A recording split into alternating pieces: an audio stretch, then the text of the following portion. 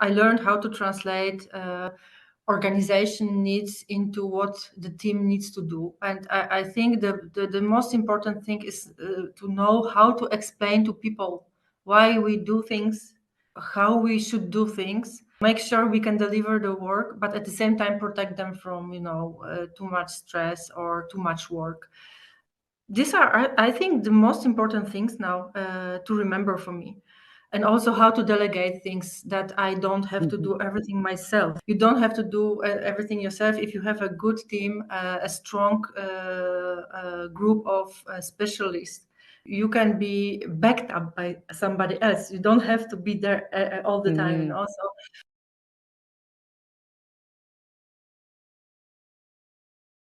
So welcome to Making Waves, the series where we delve into the lives of impactful leaders and entrepreneurs to uncover the stories behind their success. My name is Anna, and I'm your guide through those fascinating personal conversations and leadership journals. Today, we are joined by exceptional guest, Gosia, whose career, spans chemical engineering to leading transformative R&D teams. And Gosia's path is a blend of technical expertise and conscious leadership. After earning her master's degree from a Technical University of Gdansk, she ventured through diverse roles in oil and gas industry, consistently gravitating towards leadership. Gosia embraces her passion for psychology, travel, and sports in her personal life, enriching her leadership approach. Gosia, it's wonderful to have you with us. Your journey is a testament to power of embracing change and leading with passion. So let's dive into your story, and you're going to give us insight of what is behind your story, because you moved from Poland to the Netherlands, and then you're back in Poland working in an international company.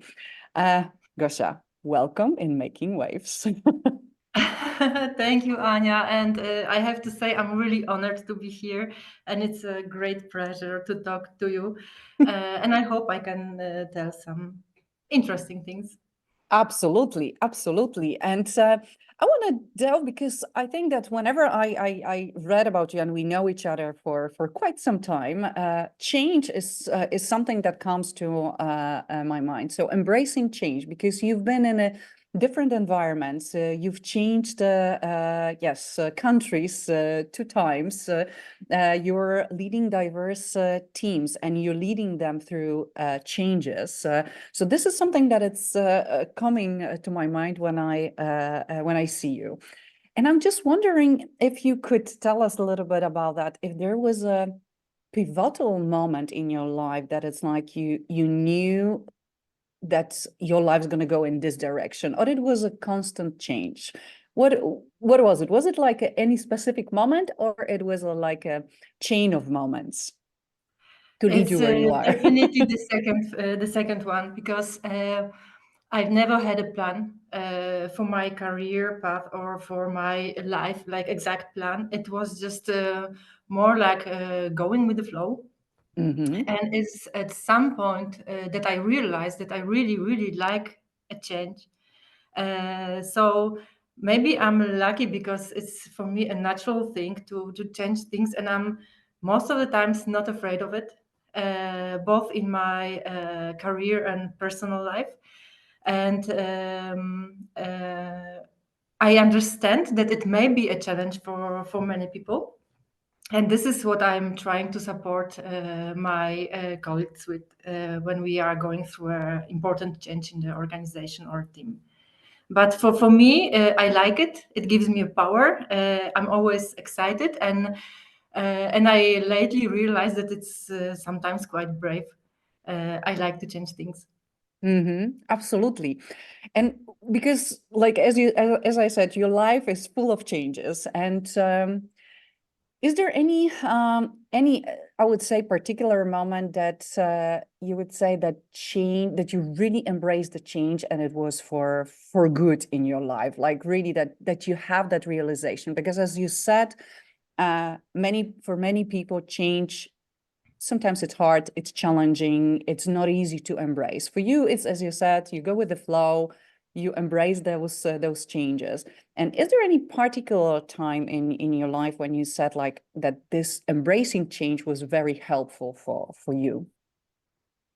Yes, I know exact moment. I know it. I was very conscious about it, and it was the first time I realized what I really like to do in my work. So Mhm. I worked for very big company. It was a technical work. I worked.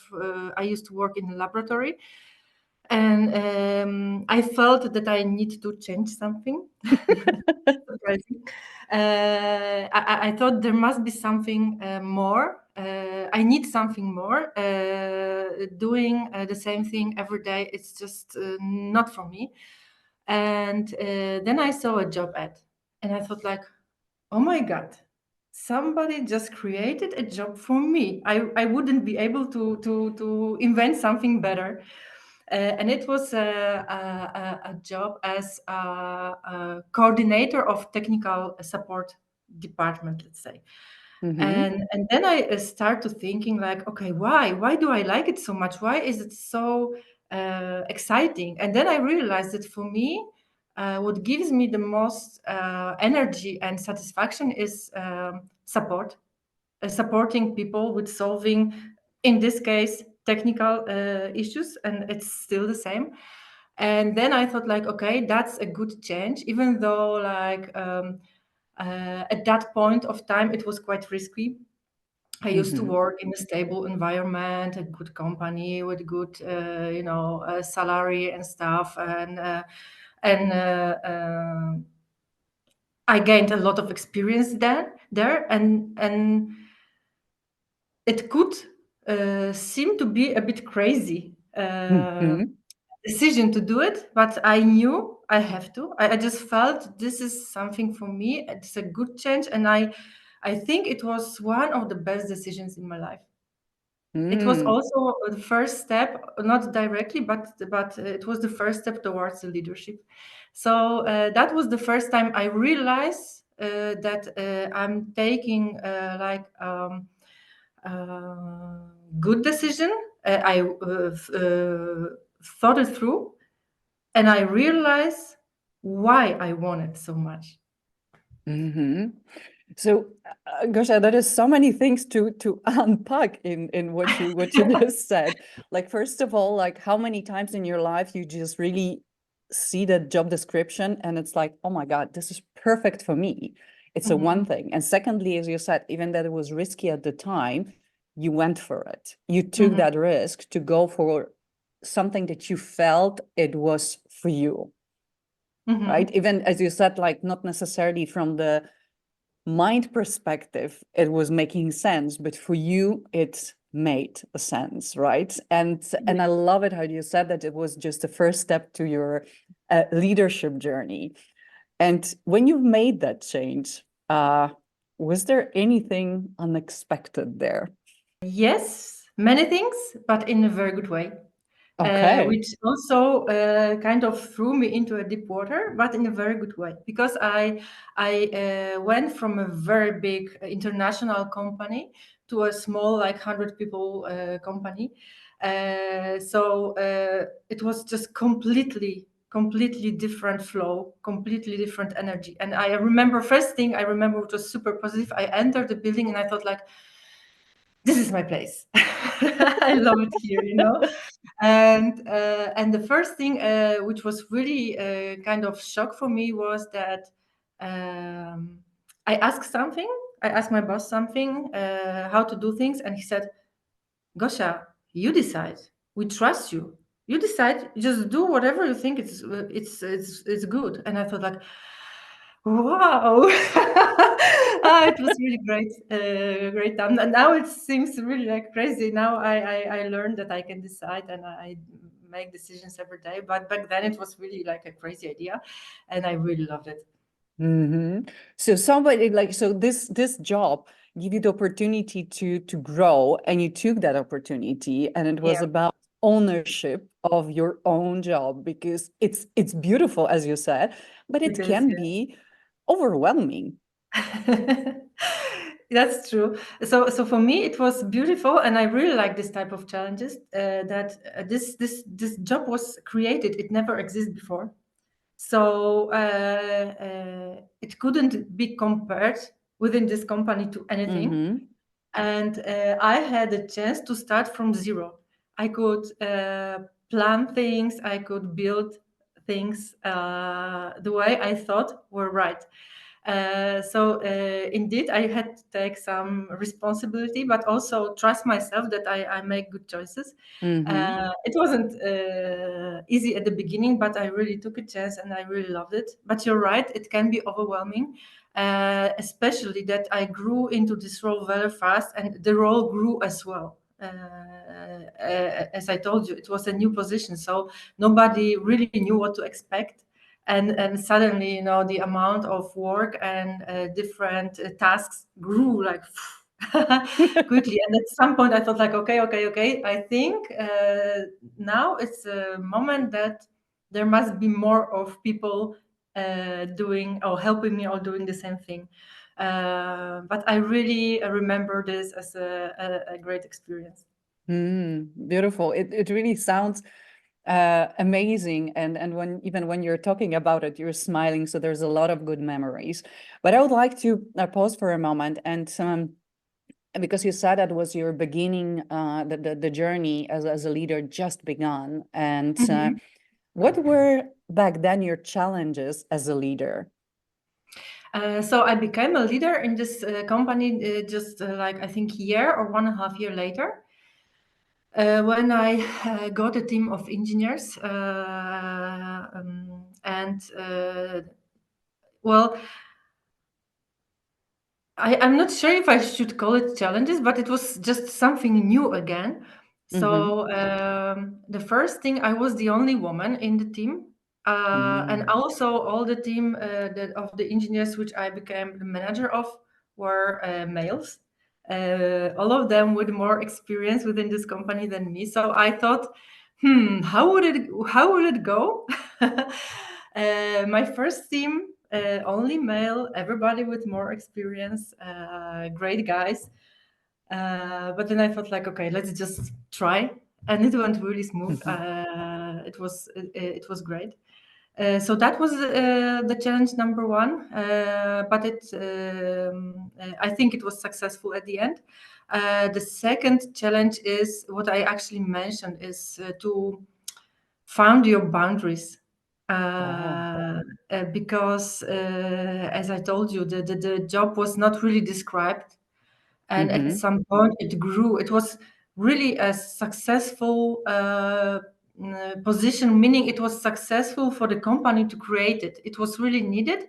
Our customers back then needed to have centralized support, and when they gave it to the customers, it was really used, meaning like we sold many projects, we earned a lot of money, and we were able to deliver a good quality of support to people all around the world.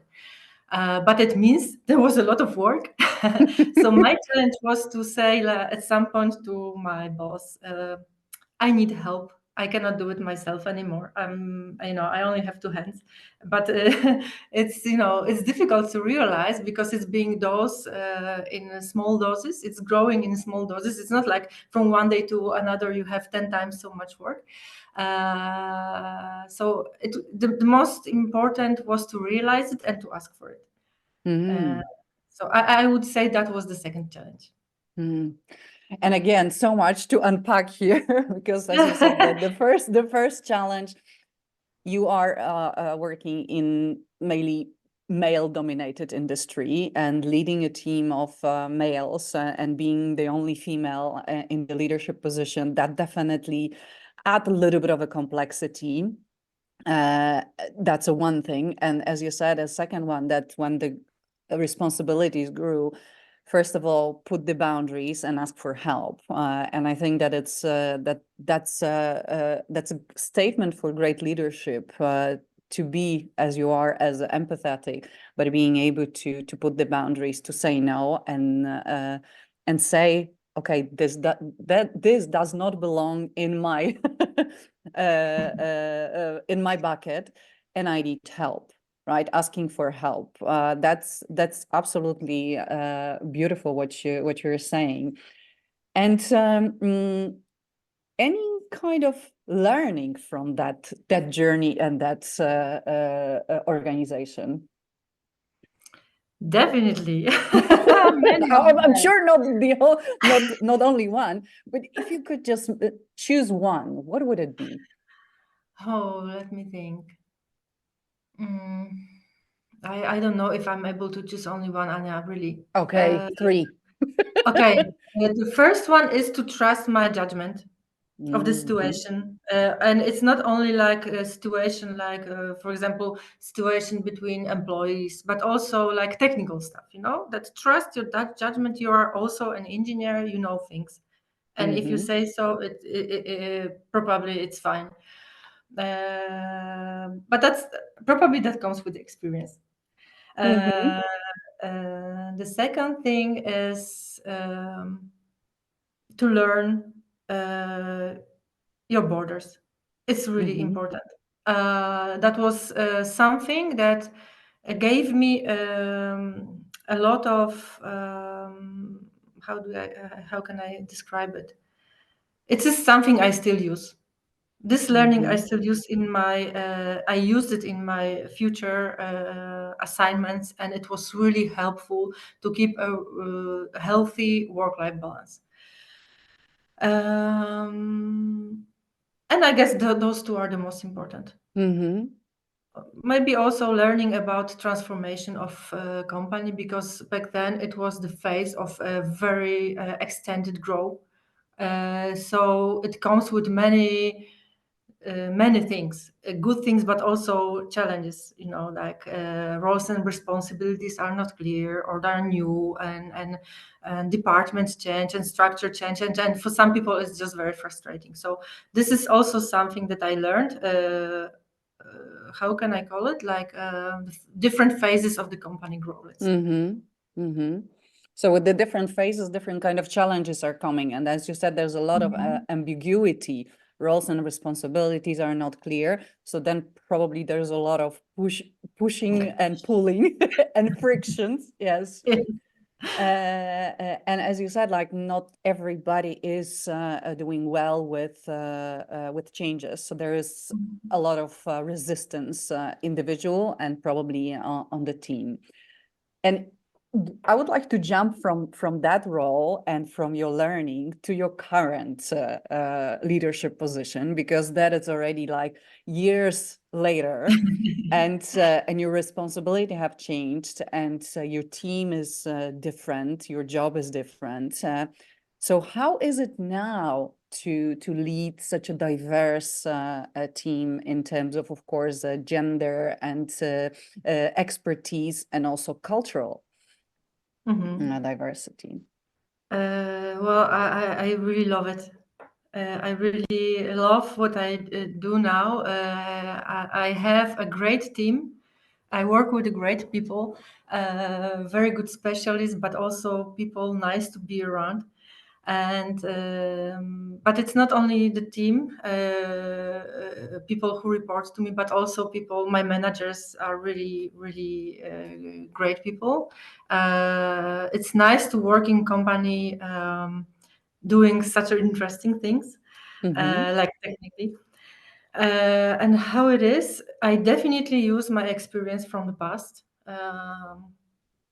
I know how to translate. I learned how to translate organization needs into what the team needs to do. And I think the most important thing is to know how to explain to people why we do things, uh, how we should do things, and at the same time, so make sure we can deliver the work, but at the same time protect them from too much stress or too much work.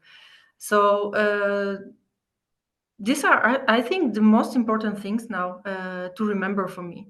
and also how to delegate things, that I don't have to Mhm. do everything myself. This is really great, that you don't have to do everything yourself. If you have a good team, a strong group of specialists, and you can trust them, uh, you can be backed up by somebody else. You don't have to be there all the time, you Mhm. know.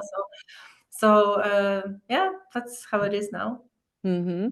And I love what you were saying about the delegating, because delegating to your team, it is empowering them to Mhm. grow, to do things. But you said something very crucial. I said, like, great team. So how do you build that great team? Because in order to have them, you need to somehow build them. Mhm. And what is your uh, strategy to do this? Well, I think I use a lot of feeling when I look for new people. It's for me, it's important that you have this match with a person, and not meaning this person should be like you or like the rest of the team, Mm, but this person should have similar principles and similar ethics. And it doesn't have to be experienced specialist. As long as this is a person having a lot of potential and will to learn things, and you know, being enthusiastic, that's fine. I'm always looking for this match and potential in people when I'm mhm, looking for new team members. And also trying to imagine her or him working together with the team. mhm, And until now, it really works well. And when it comes to the existing team, uh, what I'm always trying to do, and this is what I told you about, is explain to them why some things are important and some not. So I'm trying to give them a broader view on things, you know, so that we are not only focusing on us and what we do at the same at a certain moment, but what does it mean for the organization? I think that gives mm, different motivation than if you only come to work and then do the tasks task by task.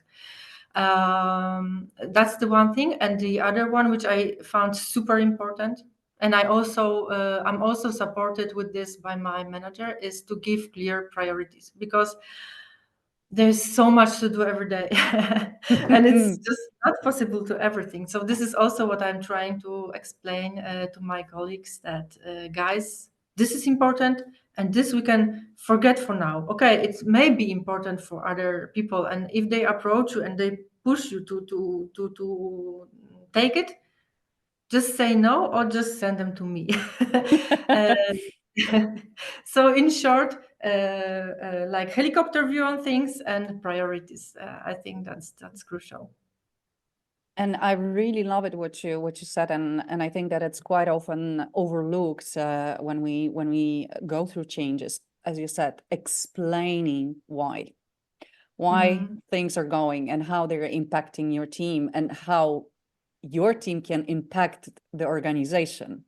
So it Mhm. seems like that there's explanation, there is a good communication, as you said. There is a priority list. So it's like what it's important, what it's not. And I think that it's equally important to have this to-do list or those priorities and the things that you don't need to focus on. So it's also what does not belong to you. Yes, And yes. mhm. And Gosia, I know you used to play basketball on a professional level. And is there any learning from basketball how to lead the team, how to build a high performing team? Mhm. Do you pick up on those on basketball times to build the team in your work, or just not relevant?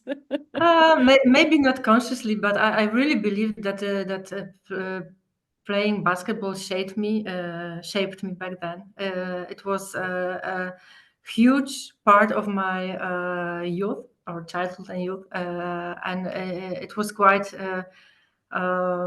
intense, let's say, because I used to train every day, and it definitely shapes you.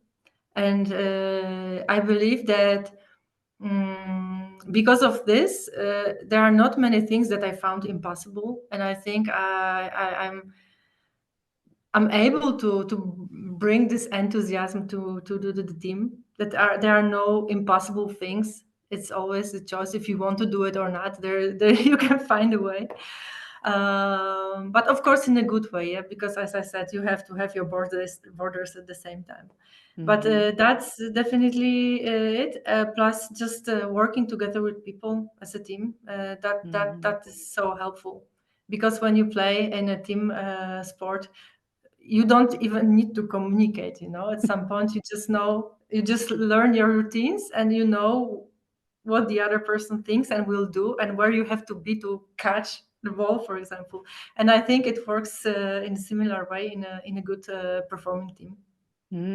I love it. I really love it what you said, that there is a certain synchronity and there is like a learning about each other. So it means also seeing each other, right? So seeing what other Mhm. person is doing and being able to catch it when they Mhm. throw something in your direction. So you know when you need to be. I really love that metaphor. And Mhm. and of course we are talking about successes, but I want to talk and like I'm going to ask you about like one fuck up, and I'm calling it on a purposely that way, uh, as a leader, because we all make mistakes. We all just are not always the best version of ourselves, and I would like to hear from you that is there something that you just like, ah, it didn't go well, and what you've learned from that. Mhm. Um, well, maybe I will start with the positive thing. I know that as a leader, you have to make decisions, Mm-hmm. and but it also means that you take responsibility for them. And I know that some decisions I made were not okay, but I made them, and it's fine. I know that I can make mistakes. But the biggest, I don't know if I can call it fuck up, but it was something which was, I think, the most difficult situation for me as a leader was dealing with a person who had some health issues, like also close to burnout. And for me, it was a new experience. And having the knowledge I have right now and experience I have right now, probably I would have done things in a better way. Mm-hmm. I mean, maybe I could have delivered a better support to this person. Definitely, I now know more about it. Mm-hmm. Yeah, and I think that is, as you said, it's a good call. There is not maybe necessarily enough knowledge and expertise shared with leaders how to deal. Mhm. And I see that there's, of course, it's changing, but there's not enough conversation, and and the leaders are not necessarily always equipped in the best way to deal with that. But Definitely. as you said, like now you know more, so you would do things differently. And is there anything that you would like to say, if you could, say to younger version of yourself, or the beginning of your leadership journey? Oh. Oh, now if I could meet me from back then, I would say, Gosha, you can do it. Trust yourself. You know Mm, how to do it. This is what I would say, I guess. hmm. Beautiful. Yeah, that encouragement sometimes we miss at the beginning of our journey, and that would be good to go back and say like, yeah, gosh, you can do it. Just go for it, right? Yes, just like shake myself. You can do it, girl. And because I know that you're a leader, but you're also mentoring people. And what would you say to maybe new leader or someone who is just starting their journey in the leadership sphere? What would you say to them? What would you advise them? uh, to listen to people, to Mm. observe, to try to understand. You know me, Anya, and Yes, yes. I know that you like to understand others. yeah. Yes, but I think it's at least this is how it works for me. I think when you, of course, it's not always possible to understand and know everything, but if you have a team and you know people and you understand their motivation, you listen to them. I think that's the biggest part of work. Mhm. Um, so that's what I would say. I just listen to people and. Um, if these are leaders in my team, I just always tell them, and remember, I'm here to support. I have your back, um, and don't be afraid to take decisions. Mm. Yeah, as you said, you People took a really lot need of it. decisions in the past and own Hmm. them, regardless if they are the best. They were the best Yeah, decision at the time. Hmm. exactly. And I know that the team needs that. This Yeah. is also the feedback I get from them that this is important. Hmm. So you were actually saying a lot of principles of conscious leadership because it is active listening, and what I hear it's also from you. It is like truly seeing your team members, so you know who they are, you know their Mhm. strengths. You are for them. You are part of the team, and there's a lot of empathy, but as you said, also healthy boundaries to that. Uh, and definitely there is a human aspect or human centric approach from you. Also, emotional intelligence about understanding others, being able to learn from your experiences in the past to be able to make decisions, ownership. So there is like truly a lot. And knowing where you are, what you've already done and you achieved as a leader, looking a little bit as a bigger picture, is there what kind of change or impact you hope to create as a leader? Uh, this is a difficult question. I never thought about it in this way. But if I just focus on the team I have now and organization I work for, I would say uh, um, I actually already see it in progress. I Mm. really love to look around. We have one big open space and then watch people working together. So this is what that would be my biggest success, that I can support and lead a team which becomes really like independent, Mm. self-driven, that they know who to ask or who to work with when they want to achieve a certain goal. And I see those connections are being made already. They know to fund themselves, because in my team you have like different specialists from different areas, and they learn how to work together, and that's really great. I really, really love it. I would like them to be, mm, let's say, certain of their own worth, and Mhm.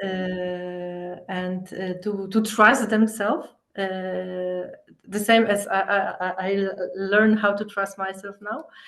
And I think this is something very important, and I always repeat it to them: is remember, and also my boss repeats it to me a lot. Your health and your personal life, your family, this is the most important. We are here to deliver our work, but if there is something going on in your private life, that's always priority number one. I think this is something very important. It's not so obvious. No. It also country dependent, I would say, but this is something I would like them to remember, and I hope I will leave this impact behind as well. Mm. I really love it when you say it about that this work-life blend, that it's like this personal life, because leaders and like people who are going to work, they're human beings, and the life happenings outside of the work. And I when I hear that that this personal life is a priority, that really puts a different perspective. And I really love hearing that this is happening in your organization and you are bringing that to your team. So thank you for being that leader. That it's I don't think that we have enough of this type of leaders and organizations. So whoever is listening to us, yes, look for this kind of organizations, because it makes difference. Mhm. And I love what you said about the team. And again, just this basketball metaphor came, that it's that you're like a coach, right? And when they're on the field, when they're playing, they know who is the defender, who is the shooter, right? Mhm. Who is the best, and A and B, and they can find each other. And you're just like shouting from the sideline this or that, and you don't need to be involved Mhm. in the game per Or se. just watching. This is really beautiful. This is really wonderful. There are a lot of great lessons from you, Gosia, and I really love that that you love change. And because you said that your organization also is growing and there's a lot of changes happening there. How do you translate those changes to your team? Always on like real life examples. Mm-hmm. And again, explaining the situation from many different corners. That's I think it's crucial, especially in like fast grow, when we cannot always keep up, on changes, and Mm-hmm. some there's a huge risk of things falling between the chairs in this type of if in this phase.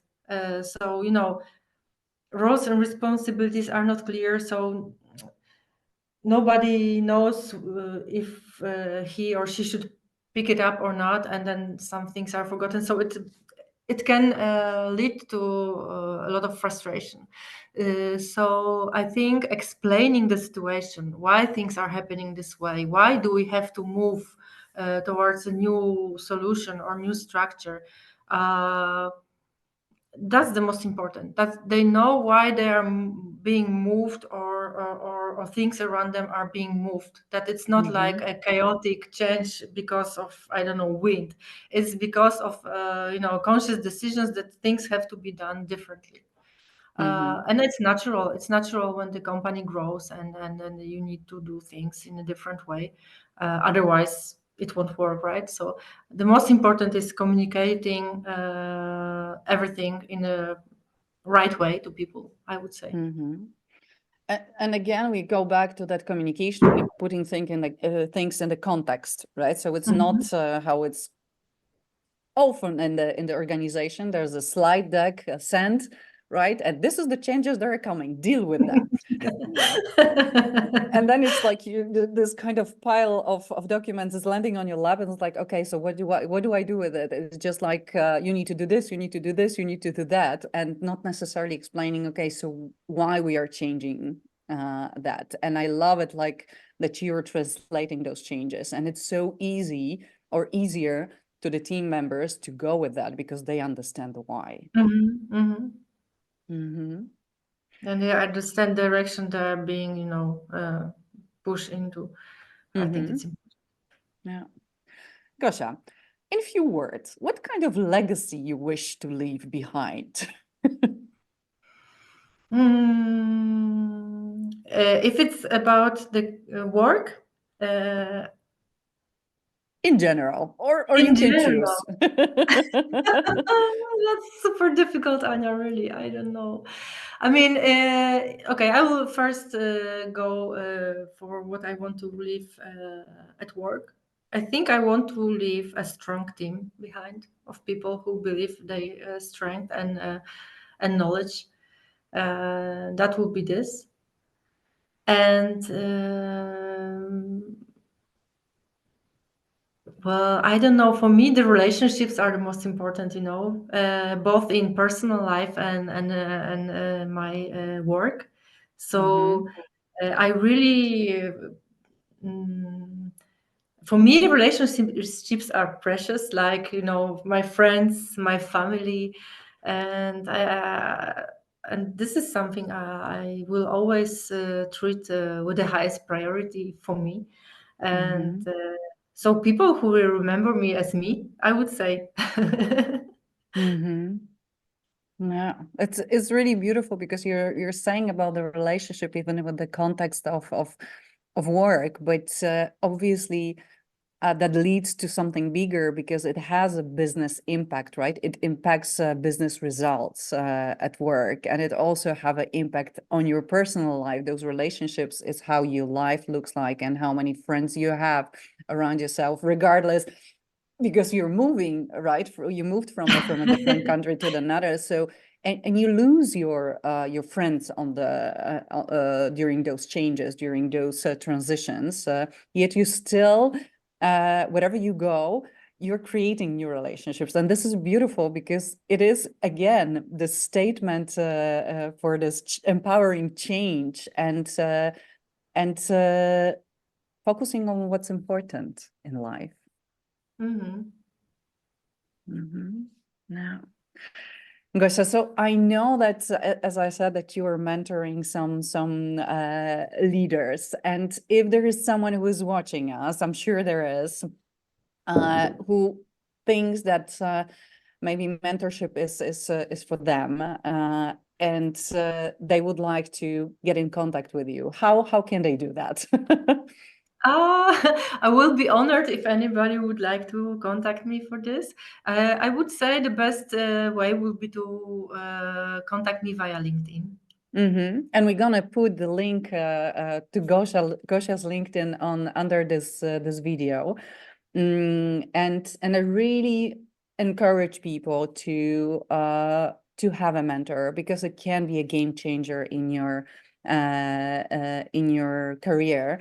There is someone who, as you've heard, a lot of experience, working in different organizations, countries, teams, and has a lot to offer, a lot of share. And Gosia is amazing in sharing and explaining very complex things into in a very simple, nice way. And that would also makes you a wonderful leader because you can bring that complexity to just really simple message to your team. And you as a mentor, you do the same.